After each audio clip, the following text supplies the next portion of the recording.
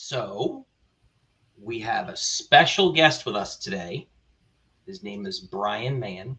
Really nice dude. He's going to talk about himself because he's very, very smart. He's agreed to join Angie and I because Angie and I are getting to the middle of the year and running out of things to talk about. So he's agreed that he's going to fill up an entire hour and a half. And it's going to be great because Angie is experiencing a little bit of technical difficulty. So if her camera goes black, she's told me that she has not been taken by terrorists, that she is in fact okay, but she's enjoying a little bit of the countryside without Wi-Fi. So it's a bit of a challenge for her. So anyway, my name is Joe Hartford. I'm joined by my little sister, Angie Singer-Keating, and our new friend, Brian. So Brian, for the 182 people, Angie, why don't you tell us a little bit about yourself and what you do? Yeah, I'm Brian Mahon. Some of my broker friends call me Cyber Guy Bri unofficially. And I've been in the independent insurance agency space my whole life. I've worked for three different shops in three different states: Ohio, Maryland, and Pennsylvania. And I'm in a dual role, right? As many people find themselves in. I am a commercial insurance. We call them producers, not music producers or TV show producers, but salesperson in the property and casualty world, workers' comp, car insurance, things like that. That's actually where cyber liability insurance falls into, property and casualty. And then my second role is really being our cyber guy, cyber practice group leader. I help the other 30 Brians with them and their clients cyber questions. So all sorts of, I don't know if I need $1 million of coverage or $2 million of coverage. What the hell is MFA? Hey, got a security scorecard report of F today. What the heck does that mean? It could be anything. And quite frankly, I joke, I have a part-time job as a public speaker, right? Because nobody understands cyber liability insurance or cybersecurity, and it's a lot of, educating. So you're right. Yeah, for sure. So at least in this flat screen world, you appear to be a relatively cool guy. Thank you. Why technology? Like most technologists, and this is the anomaly because Angie is not a weirdo. But most technologists don't necessarily appear to be as cool as you are. So why technology? Why cyber? I don't think anybody grows up and is like, I want to be a cyber insurance agent. Let alone an insurance agent. Yeah, maybe that'll be the new favorite job. I think it's TikToker right now for the young people out there. That's their dream job. But yeah, Joe, I fell into it, right? I'm a Delaware guy. Blue Hen, went to University of Delaware, grew up in there. And before I graduated, I actually got to study abroad, and I went to Australia. And, part of a college study abroad trip is, taking some classes and traveling, and they have these executives come talk to you. So, executive of DHL, of Salesforce. Oh, hey, I'll tell you what we do, American college students. And one of the executives that came to talk to us was a Kiwi, a New Zealander named Conrad with a K. And he was like, yeah, I just invested $50,000 of my own money in this little startup insurance brokerage called Avatar Brokers. And, I studied entrepreneurship at school and kind of started asking him questions. I'm like, well, how do you sell something that's intangible and abstract, right? Like it's an insurance policy. Like I joke with people, I sell PDFs for a living, right? And him and I kind of hit things off, right? And that was a decade ago. And we exchanged Skypes because people Skyped back then. And he kind of gave me an offer I couldn't refuse, and said, hey, come join Avatar Brokers as our second employee in the US to run the insurance agency. And what they did is they were a boutique shop. All they worked with were technology and life science companies. So, these were folks that had cyber insurance before cyber insurance was cool. Medical device manufacturers, pharmaceutical companies, biotech companies. We were outside of Wright Pratt Air Force Base, the biggest Air Force base in the country, in Dayton, Ohio. So we had government contracting, Fed defense flavor to our clients, and the guy I worked with was ex-Army. And, so back then it was, hey, what's your company name, revenue, and here's your cyber insurance. And I progressed through my career. Avatar ended up going out of business, and COVID, the proverbial stuff kind of hit the fan with everybody going to work from home and having to deploy remote work in a rush manner, and everybody got hacked. And then the cyber insurance industry was like, oh, we actually have to underwrite.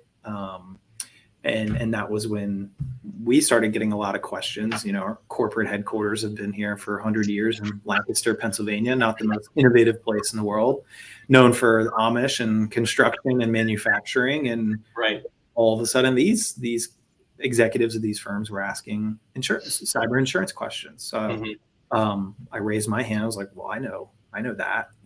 I came from this weird white collar international cyber risk background. So that's kind of how it all came to be.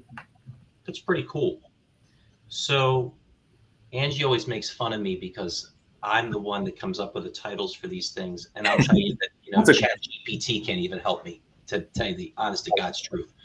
AI and cyber insurance, ... Now what? Like, that was the best I could come up with. Yeah. But luckily, Angie tells me to always be prepared, even though I was never a Boy Scout. And we had a preliminary conversation last week. So it's a lot better if the nerds on the call have a conversation with each other. So Angie has been in the technology space for more than a quarter of a century. I won't give you her age. You can figure it out from there. Although I am older than she is. And she won't admit to this because this is where she gets really uncomfortable, but she can't hang up because she has to be on this call or it's not going to work. She's one of the very few women that are in the cybersecurity space today. In addition to that, she's even fewer of the people that drive the conversation to governance, risk, and compliance. A lot of people want to talk about, oh my God, here's the tool. Oh my God, here's my security stack. Oh my gosh, here's this latest and greatest thing, blah, blah, blah. You've got people out there that are trying to leverage what happened with CrowdStrike, which I think is a pretty lousy thing to do. I mean, it happened. It is sad. It's unfortunate. People, hopefully they learned lessons from it. But to try to leverage something like that, I think you're a dirtbag. And I checked with StreamYard, you're allowed to say dirtbag. But she comes at it from the perspective of, listen, stop having a conversation about tools and talk about governance, risk, and compliance. And she does a really great job at doing that. So I'm curious, and I don't know how you want to start the conversation between the two of you, but so you've got a practitioner that's been doing this for a quarter of a century. You have someone that literally grew up in this space and kind of created your own career trajectory, which is cool, right? So the two of you together smash your heads into a room. Like, what does that conversation look like when somebody is sitting out in the audience? Now there's 225 people, Angie, so there. What does that conversation look like for that audience when they're sitting back going, oh my God, artificial intelligence, I don't want to hear about it. I don't want to worry about it. I'm just trying to get to retirement. Or, oh my gosh, this is like the coolest thing in the world and I could increase my sales by 35%, blah, all that kind of crazy stuff. So what does that conversation sound like between the two of you? So there you go. Well, I think the first thing when you start to talk about artificial intelligence is you kind of have to put it in some different buckets. So, when we talk about governance, risk, and compliance, it's going to be a much different conversation if you're actually a company that is building your own AI tools. You're going to build your own large language models, and you're going to be ingesting data, and then you're going to be producing information from artificial intelligence upon which people are going to make decisions. That's one conversation, and that's one kind of risk. And then there are probably the vast majority of the rest of us who are going to use artificial intelligence to do our jobs better, faster, more efficiently. And we're going to have a different kind of risk. And so I think the conversation that's probably most appropriate is the one around, how do you use artificial intelligence in your business and do it in a way that We can never minimize, we can never eliminate all risk, but that minimizes some of the risks. So, Right. for example, we talk about with our clients, when you're going to start using AI tools, what kind of access are you granting them into your own environment? And what are the terms of service? Because many of them, once you start reading them, it's a little frightening what kind of rights you're giving away about your data. And then you head into that world of third-party risk. Joe brought up CrowdStrike. What are the vendors of your AI vendor going to do with your information? And so those are some of the challenging conversations that we're having with clients these days when we're talking about helping them develop policy, when we're helping them try to understand what kind of risk this is adding into the picture. But at the end of the day, most organizations have people in them using some type of AI tool, whether it's sanctioned or not. And so I guess that's probably maybe an interesting place to start. Is what are you seeing, folks? Are you seeing this come up in conversations at insurance renewal time around what they're doing with artificial intelligence, or are we not at that point yet? I would say the more sophisticated clients who might have a general counsel on staff certainly are creating AI policies for their employee and corporate use. They're asking us about it in regards to cyber insurance for sure. There are some neat things definitely being done, right? I mean, I kind of feel like, the GPTs of the world, every company will have a Reclamere GPT and an EHD GPT, and it'll kind of just be an expected tool for everyone in the not so distant future. But I mean, cyber insurance policies themselves aren't, littered with artificial intelligence exclusions yet. Maybe they will be, maybe they won't be. Really, all it is financial loss protection from the repercussions of losing PII, PFI, and PHI, and they don't really discriminate in the policy language how that loss is done, whether it's from a human or from an artificial intelligence robot. So it's both good and bad, right? I mean, it's helping the good guys like the Reclameres out there work better, faster, stronger, check logs. I'm on the board of ISC Squared here in South Central Pennsylvania, and they always report, there's 1 million plus cybersecurity job openings for people that don't exist, right? So how is that talent gap going to be closed? AI. So that's kind of the good news. The bad news is there is definitely some scary stuff happening from a cyber insurance claims perspective that AI is supercharging, right? We're on this call right now. How do you know I'm actually Brian, right? There was a famous case at the beginning of this year with a company in Hong Kong where the executive team and a new controller were on a Microsoft Teams call or virtual call, and it looked like her boss, it sounded like her boss, and the CFO and whatever. And it was an international company. It wasn't weird for them to wire large sums of money to different countries or different areas. And they were discussing, we just landed on a new customer, wire, I think it was like $25 million. It was a ridiculous sum to this bank. So the controller did it. And that entire voice and video image of that call was a threat actor that spoofed it. And bridge that to, so that's kind of a corporate perspective. We all live, that people talk about work-life balance, right? We live these lives. Yeah, you're up in the vacationing right now, really. From a cybersecurity's perspective, there isn't really your work life and your personal life. They're becoming very intertwined. So I've even heard circumstances similar to this, AI heist is what it was called, with your family. Your teenage son is at a concert and the threat actor spoofs their phone number and their voice calling you saying, "Hey, I got arrested. I need to post bail."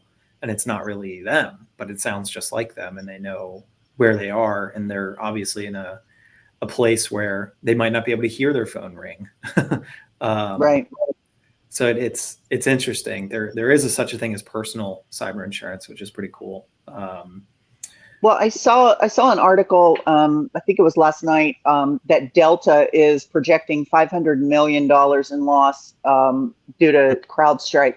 Have you seen, or are you seeing in your industry any claims as a business interruption, revenue, lost revenue over the CrowdStrike incident? Definitely. I think it's something my industry will be talking about for years. Saying it's very similar to kind of how SolarWinds impacted the cyber insurance industry. It was really kind of like a wake-up call. So, the claims are rolling in, the lawsuits roll in, and it'll go to court and get challenged, and carriers will deny them, and that'll happen for years to come. What I'd really like to know, and I think a lot of our folks who are tuned in that own businesses and have to make decisions around types of coverage. What is the type of coverage that if you used CrowdStrike in your business and it took you down and you lost revenue, what is the specific line of coverage that you need to have, number one? And number two, what are the specific types of exclusions that if you don't want to end up learning a lesson the hard way about insurance exclusions, you should be on the lookout for? What are those two pieces of advice you can give our folks? It's a type of first party cyber insurance coverage. It's called different things with different carriers because we're the wild, wild west and we have no standard language, which is fun. Dependent business interruption, contingent business interruption, maybe key supplier coverage. So those are great. Okay. Yeah. So those are let's use all of those as synonyms, right? Right.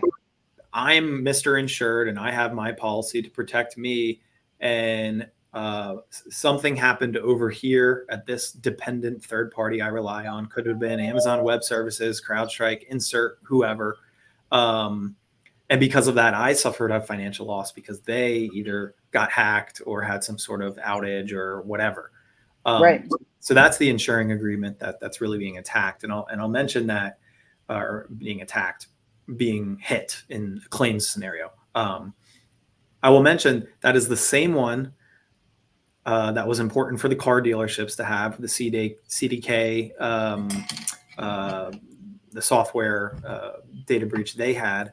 And it was also the same insuring agreement that a lot of these, small local healthcare practices had under the Change Optum healthcare attack. So it's this supply chain risk, this third party supply chain risk that is really hard to underwrite against our industry. And it's, I think of cybersecurity as like an onion, right? So it's like that third layer. It's like your client's client or your client's vendor or whatever. And some carriers have addressed this different ways. So we'll get to the second part of your question. Some of them are pulling out of entire industries saying, hey, MSPs or hospitals or car dealerships, let's say, we're done with them. As soon as something comes in with that, it's a no.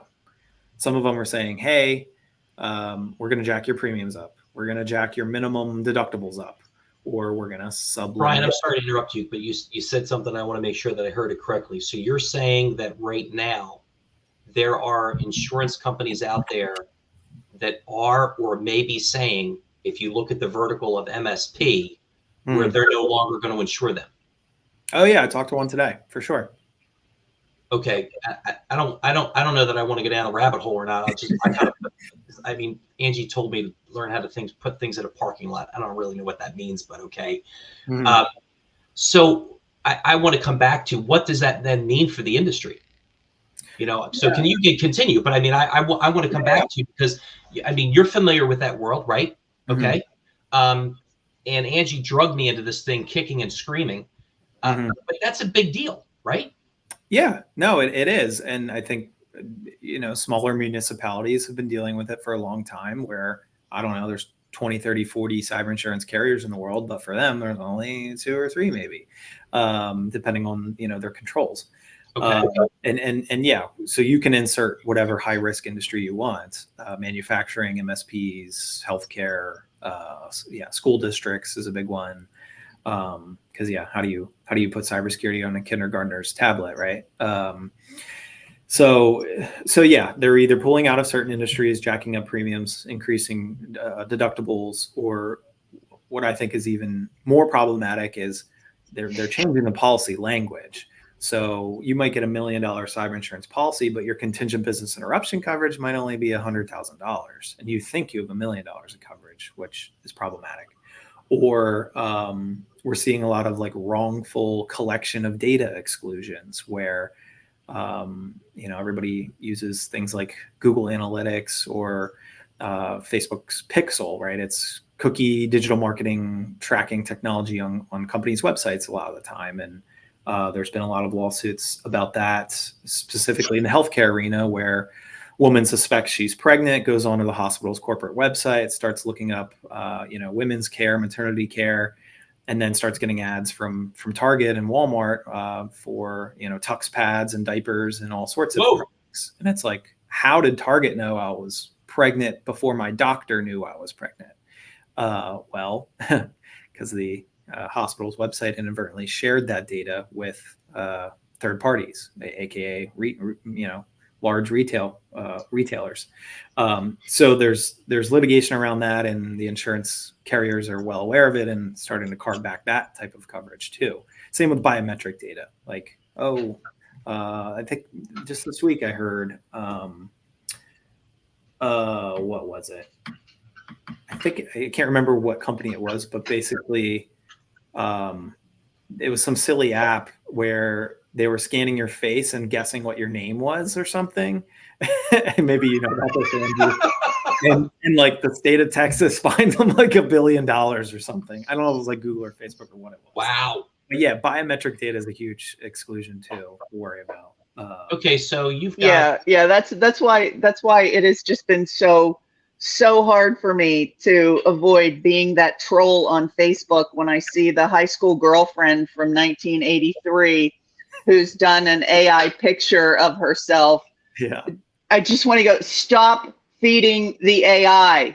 Stop feeding all of your biometric information into all of these systems. Or the and so there's two things, right? Yeah, go for it, Jeff. First thing is, I'm sure the two of you have on occasion been watching the Olympics. Kind of, sort of? Okay. Yeah, absolutely. I don't know if you've also watched some of the commercials where it says, my daughter wants to be like Simone Biles, so I want her to send a letter to Simone Biles, and automatically everybody wants now, you should connect to Gemini. So if I'm understanding correctly, after Angie took me to the woodshed about what I wanted to do, and rightfully so, she was right, I was wrong. And yes, Angie, I admitted I was wrong to now 1,000 people. You're now promoting across the galactic universe that everybody that has a Gmail account should connect to Gemini so that their kid can create an AI generated letter. I mean, when you start talking about opening up the genie in the bottle or whatever, that seems crazy to me. Well, as we always tell folks, if something is free, you're the product. And so when you're connecting your free Gmail account to Gemini, I suspect, although I don't know for certain, that it is scanning your entire inbox, all of your contacts, every single thing that you have in your Google account. And I haven't dug into those terms of service lately, but there are some pretty serious rights you're giving away by using free services. Now that also leads me into another couple points about CrowdStrike. First of all, this was not CrowdStrike's first major mess up that cost people a lot of money. In fact, this was the second one. It just so happens that the first one wasn't as widespread.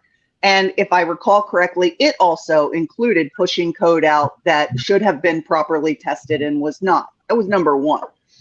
Number two, way before that, we started steering clients away from CrowdStrike because they were giving their shit away for free. And as soon as excluded word on StreamYard. Sorry. As soon as I see a vendor giving stuff away for free, I know there's a problem. They're trying to gear up for an IPO. There's probably going to be service quality degradation. They're trying to drive numbers for some reason. And most likely behind the scenes, they're not hiring or retaining the types of people necessary to service all of the free folks they're going to be bringing on board. So one of those groups of folks that were getting this stuff for free were municipalities and state governments. And so there are usually kind of some red flags on vendors that you need to pay attention to. And that plays into a topic that Joe and I talk about quite frequently, which is third-party risk management, vendor risk management. Yes. Because the other thing that a lot of people, if they're not in technology and have never worked in enterprise accounts, don't understand is it's not like your antivirus at home and you go, okay, McAfee sucks, so I'm going to move to Windows Defender, and you do it. It takes days and weeks and hours and months of planning and integrated systems that just migrating this one thing away is going to be a Herculean effort. So there are all kinds of third-party risks that come into play in this. Not even talking about any of the privacy issues. Right. I'll circle back on one point on this contingent dependent business interruption thing. Buried in the policy detail, a lot of the times the insurance carrier in the policy language requires that you have a contract with that security vendor. And you might think, well, yeah, of course I do. But we ran into instances where businesses are using outsourced third-party technology solutions where it's like, hey, yeah, you pay us monthly, on credit card or whatever, and there's no master services agreement, no, cloud services agreement, no terms of use, none of that.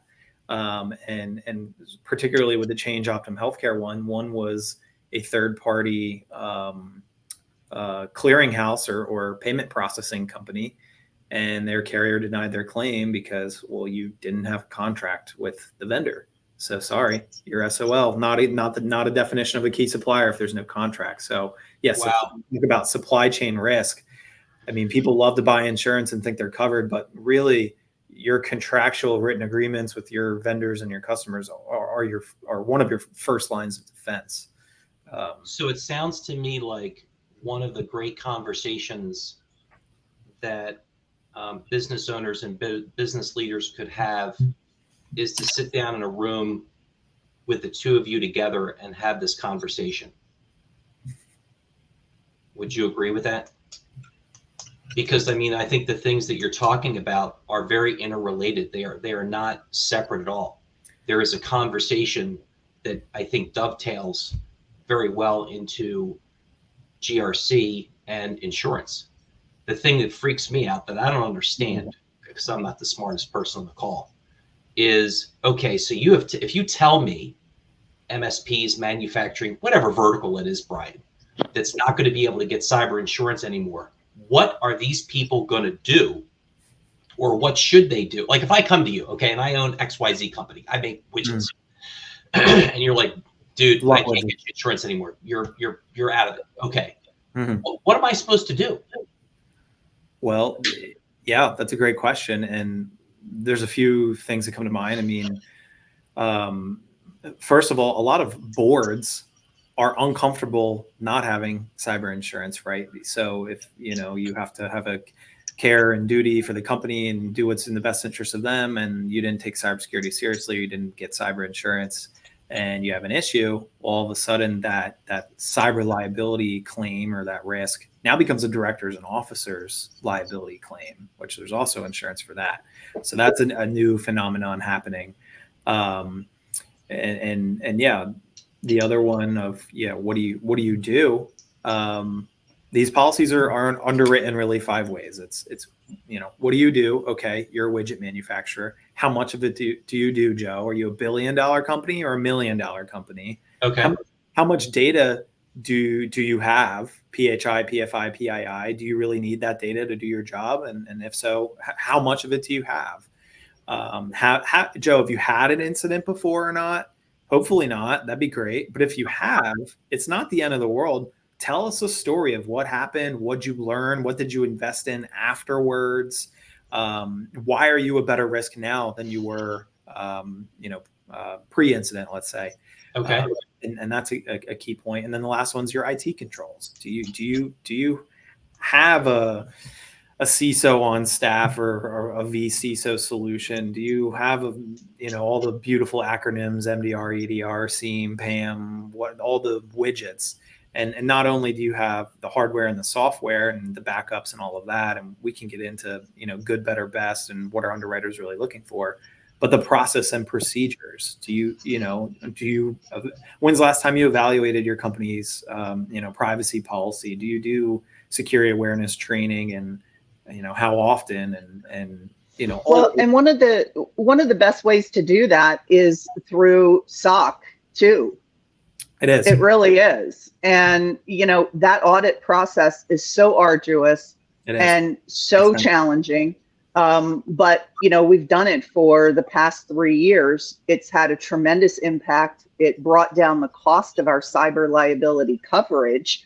And I think that it is a super important way to very quickly show not only a cyber carrier that you are worthy of insuring, but showing your own customers that you are a business that can be trusted to do business with. And I don't believe that people appreciate that enough. You would not invest in stocks in a company that was not audited, that was, regulated and could prove that they do what they say they do with your money. But yet we turn around and we give our information, or we do business with companies that their definition of IT is 2 dudes and a laptop. And that is really, really frightening. And, Joe's point about sitting down with you and I is really important, because not only, I think sometimes folks I think it's a little challenging, because they think, well, if they sit down and talk to us, we're going to try to sell them stuff. That's not the case. If they talk with you, you're going to talk them into more insurance that you need, because that jacks up the premium. But, at the end of the day, we do what we do because we want to help people. We want to give them the best protection that we can. And, I got to believe that one of your biggest challenges, and I've heard this from other insurance agents, brokers, in other lines of business insurance, is that their biggest competitor is somebody's brother-in-law, Tom, that sells insurance. And rather than, piss off Tom and have awkward times at the Thanksgiving table, they will just buy their coverage from Tom.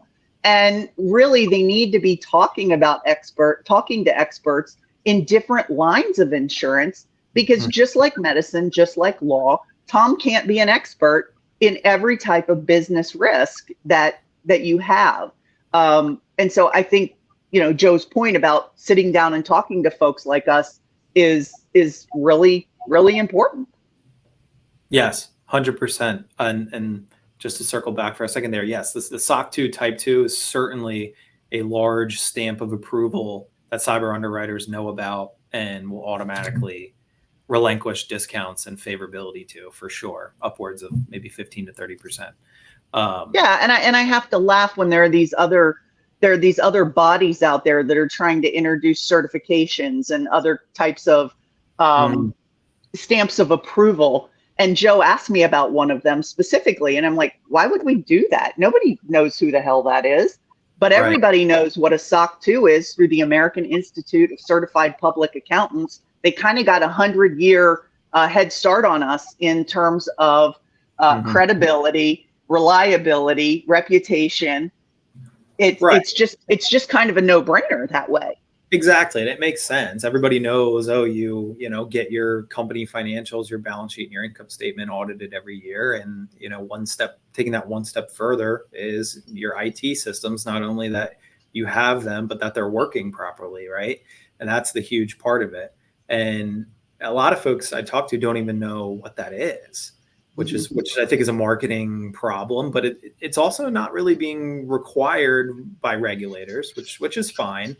Where I see it the most is we have a client who maybe works with the state of Pennsylvania or works with Comcast or works with Deloitte. They're contractually obligated to have it.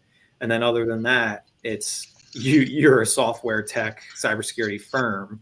So it is a way for your clients to get comfortable with you. Oh, if I use this software, I know it's going to be secure, which makes sense. But our industry, definitely has a problem with cyber insurance. We don't understand what our risks are. We don't understand what a policy covers. And then we're worried it's going to be expensive, right? And we think it's a big company problem because we only hear about it in the news. Well, yeah, publicly traded companies have to disclose that publicly. Local private ones don't, and they prefer not to because it's embarrassing. And they don't have to. If they have cyber insurance, they probably had a public relations specialist help them with their data breach. And I think it's for a few reasons. I mean, one, is that your dog? This would be fitting. You can't cyber killer. Yeah, I'll say you can't teach an old dog new tricks. Which the average insurance agent is in their 50s, late to mid 50s. Yo, take it easy, Brian. Take it easy, man. You're crossing the line now. I know. Hear me out. Cyber insurance is only 20 years old. And really, I'll say the maturity of it has really only been since COVID, which we all remember was very recent, maybe 5 years max. So I think there's a knowledge gap for sure, right? And we're starting to see certifications in my end. I went to school with Chubb and Carnegie Mellon's. They have their CCIC program. It's like a master's certificate. There's other ones, CYRM, like cyber risk management. There's the Cyber Insurance Academy. So we're getting up there, in our industry with like, hey, this is actually more complicated and different than other things. We need to, train people in this. The other one, I think, unfortunately, money talks. And I mean, there's much more commissions in writing workers' compensation for construction companies, let's say. I mean, cyber is not the big ticket item for a lot of companies from a premium perspective. I'd say from a risk perspective, it is a top 1, 2, 3 risk. But it just doesn't get that attention because it's not as expensive. And I mean, compare that with health insurance, like employee benefits. That's crazy. So there's kind of those issues where I think our industry could do better. Well, I think that the other thing that's kind of scary for me, if you take a look at the general landscape of Pennsylvania, just talk about Pennsylvania. Sure. If we take a look at the number of small and medium-sized businesses compared to the large enterprise businesses, they significantly outnumber those, right? Yeah. So if we rewind the tape a little bit and you talk about things like, hey, maybe you have a CISO, you have in-house counsel, you have EDR and MDR and all these other kind of acronyms and bells and whistles and blah, blah. Okay, sure, cool. What are you doing for the vast majority of companies that are out there today that have 50 employees or less, that their whole world is about being a third-party vendor for some supply chain in Pennsylvania, and they have no clue? That to me is the scariest part of all this. Like, I don't understand the intricacies of insurance. That's why we have friends like you. I can't even use my cell phone. That's why I have friends like Angie.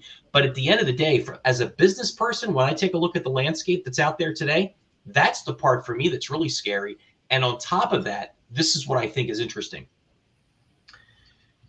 Angie does this really cool thing in having a conversation with people where she speaks to the value of governance, risk, and compliance from a cyber risk perspective. Mm-hmm. She has a very cool tool that's non-intrusive, and we can really talk about the intricacies of that, right?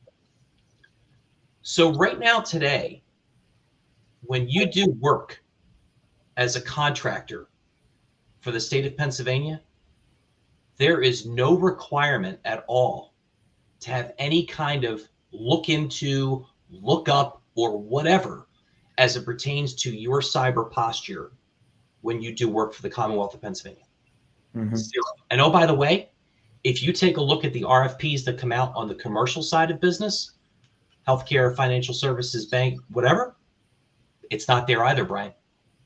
Yeah. So, I mean, I think that this is, and the thing is, you know, our business 23 years ago began as IT asset management, dealing with surplus IT gear, certified data destruction. We still do that today. We provide that across the United States of America. We had some time to catch up. I don't know if the two of you would agree or not.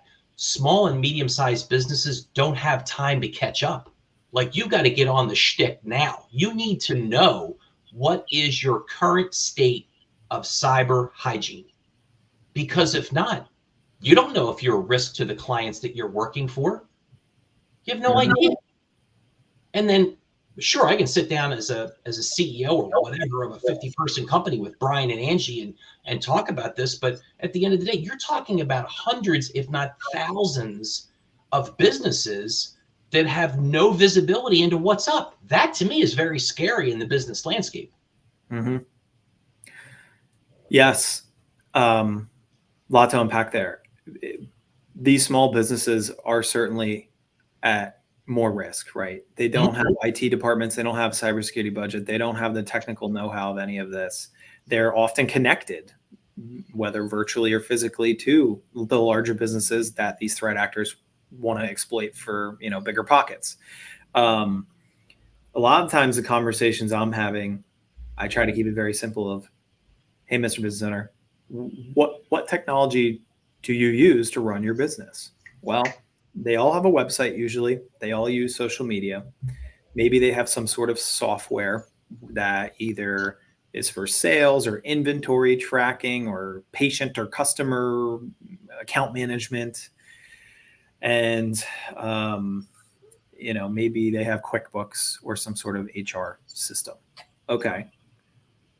Well, what would happen? You know, which one's the most business critical? What would happen if you didn't have Mr. Restaurant Owner? If you couldn't take takeout orders on a weekend in the fall during your busy season, how much money could you lose in 2 days? Oh, tens of thousands of dollars in sales. Okay, well, what if I told you get $1 million in coverage for $1,000 a year? Oh, no brainer. Every industry and every business has a unique cyber risk, right? Sure. Manufacturers, you're the widget manufacturer, Joe. It's the business interruption. If a cyber incident takes down my production line and I can't make my widgets, then it comes to a screeching halt. That's a big problem. And whether that's for an hour, a day, or a week.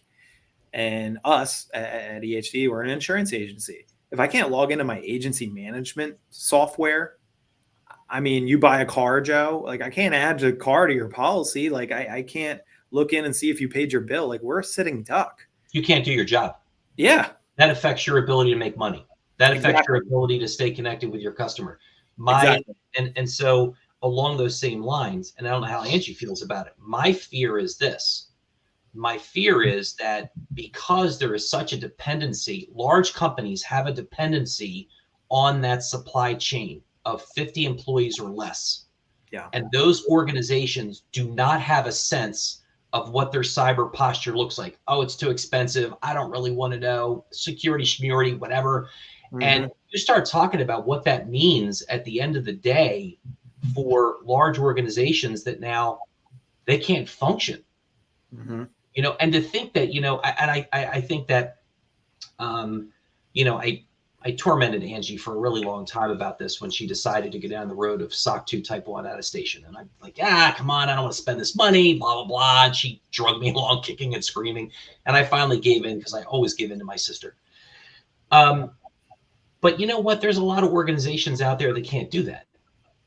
Yeah. And so if we don't start to get people to where they're forced to prove what their cyber posture looks like, I think we do a disservice to the entire supply chain. I think that's a problem.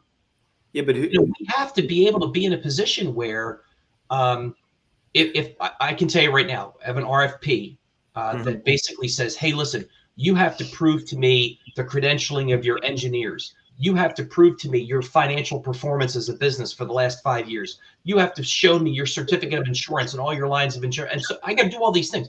But nobody, in that RFP, nobody says, hey, by the way, I know there's tools out there. I'd like you to show me a snapshot of your cyber posture. Nowhere to be found. Never asked, ever. Yeah. Or what's your employee population FISH rate? Is it less than 1% or whatever? Exactly. Yeah. I think that's a problem. I do too. And you use the word force.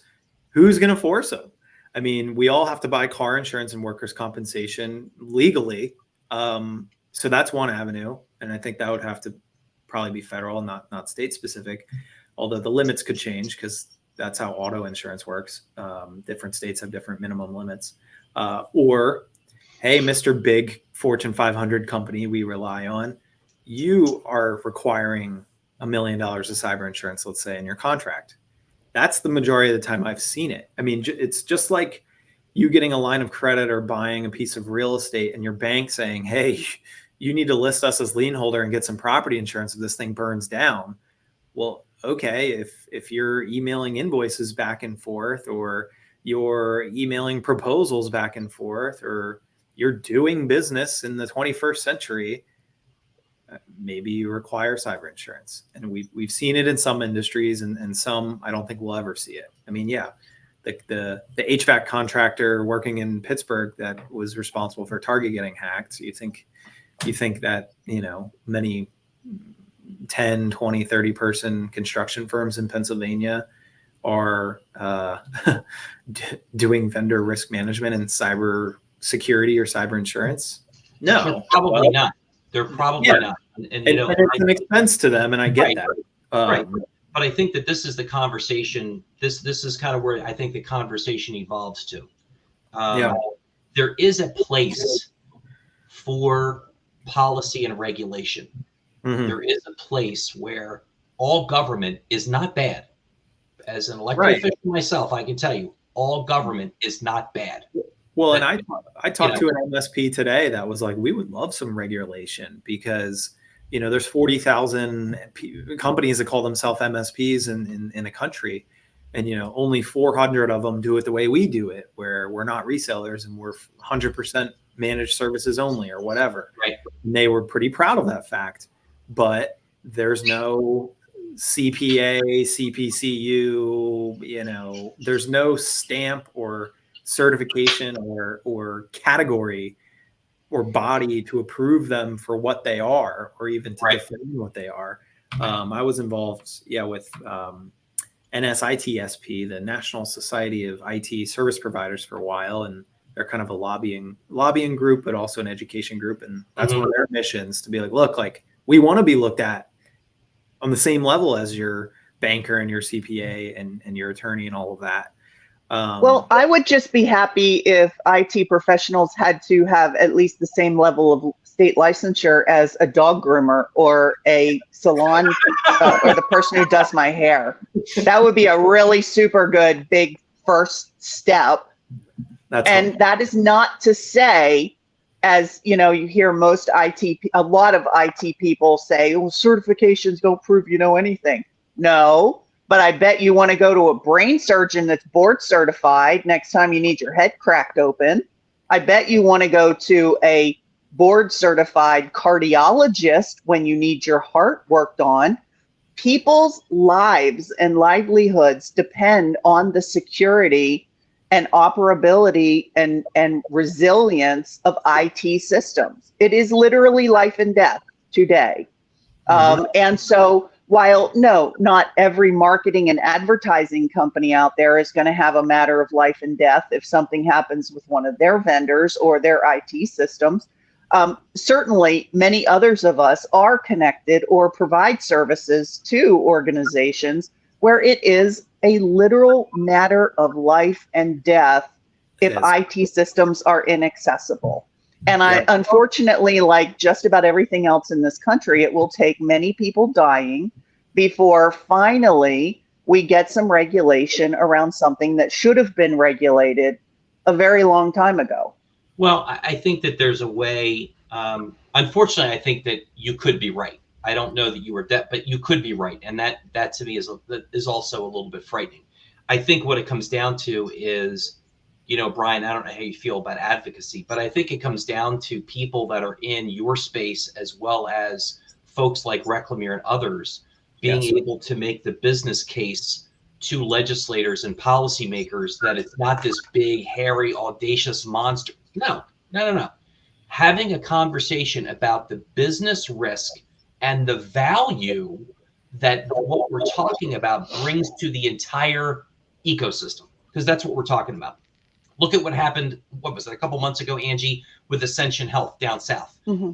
I mean, could you imagine, like, something happens to your wife, Brian, you got to like rush her to the emergency room, and they're like, hey, Mr. Mahon, sorry, but like we got to do everything by hand, and we're really not sure what kind of blood she has, or are you kidding me? And this is what happened to people.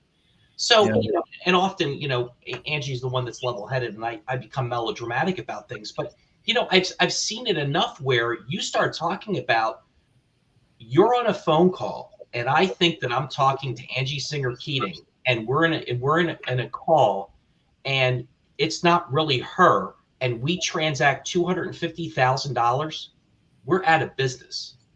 You're in a situation where you can't validate credentialing, and all of a sudden you don't have the ability for your systems to operate in such a way. What happens when the American Red Cross gets compromised when they happen to be the United States sole supplier of the blood source supply in the United States? Like, that's not made up stuff, Brian. That's real, right? Well, I mean, one of the heartbreaking things I'll never forget was during the attack on the Children's Hospital in Chicago earlier this year, reading a post on Reddit on the sysadmin sub of a father asking IT folks what they thought of whether or not he should wait on the brain surgery that his child needs desperately. How soon do IT people think that the hospital is going to be back up and running, or should he try to get his son into some other specialist way across the other side of the country for some really complicated brain surgery? That was absolutely heartbreaking that a parent would be that desperate over a situation where the hospital they've been, praying to get their son into for this life-saving surgery now can't provide that service. That was absolutely heartbreaking. Yeah. And we've seen insurance claims with like dialysis centers where have had data breaches or cyber incidents, and because they're connected through technology, the dialysis treatment stops being done in real time, and the patient is no longer alive or severely hurt. It's the healthcare ones are tricky, and I don't want to speak for maybe everybody on the call or everybody here, but I almost feel like Americans in general don't really care about privacy. Like there was like a funny comedian, I can't remember which one it was, but it was like, I think it was Trevor Noah. It was like, I love all the conspiracy theories over COVID. They're like, the government's tracking you through the vaccine. And it's like, oh no, hello, dummy, it's your phone. And like, no, they are tracking you through your phone. It pings telecom. And your Facebook account. Yeah, and your Facebook, like that's how it works, unfortunately. Right. Right. And so we have gotten to that place, but where we got to wrap it up. Okay. Well, and the sun has come out, and you can tell by the way that I am dressed and my lack of makeup that this has interrupted my pool time today. So as much as I've loved talking to the two of you, I got stuff to do. I don't want to interrupt your pool time because I don't want to have a bad time at dinner tonight. So, in closing, number one, Brian, thank you for being cool and a friend of Reclamere. Number one. Number two, would definitely like to get together in person and hang out over an adult beverage and a meal because it'd be fun to kind of hang out. And number three, ladies first, if you want to go first, Angie. What is that one thing that you really want to leave with people now? It's gone down to 755. What do you want to leave with the 755 people that's really important as a takeaway And if you want to go first, Angie, you may, because I know you want to go to the pool. The number one takeaway I want to give folks today is that your brother-in-law, Tom, probably doesn't know everything he should know about cyber coverage. And so you really need to talk to someone that specializes in this stuff, like Brian. Exactly. That is the number one takeaway I want them to get. Yeah. Well, I'll reciprocate and I'll add one more thing. An MSP is not an MSSP. Some of them overlap and some of them don't. And IT is not cybersecurity for sure. Thank you, Brian. Yeah. Thank you. And I understand that. If you are someone on the call who's like, oh yeah, my company has cyber insurance, like we're good. Put the 1-800-365 incident response hotline in your cell phone right now, because that is your panic button. And when shit hits the fan, sorry, StreamYard, you're not going to have your laptop. It's going to be 2:00 in the morning, Black Friday evening. It's not going to be a good time. The threat actors know when to reveal themselves, and it's not going to be fun. So very true. Yeah. Well, thank you both. We're going to wrap it up.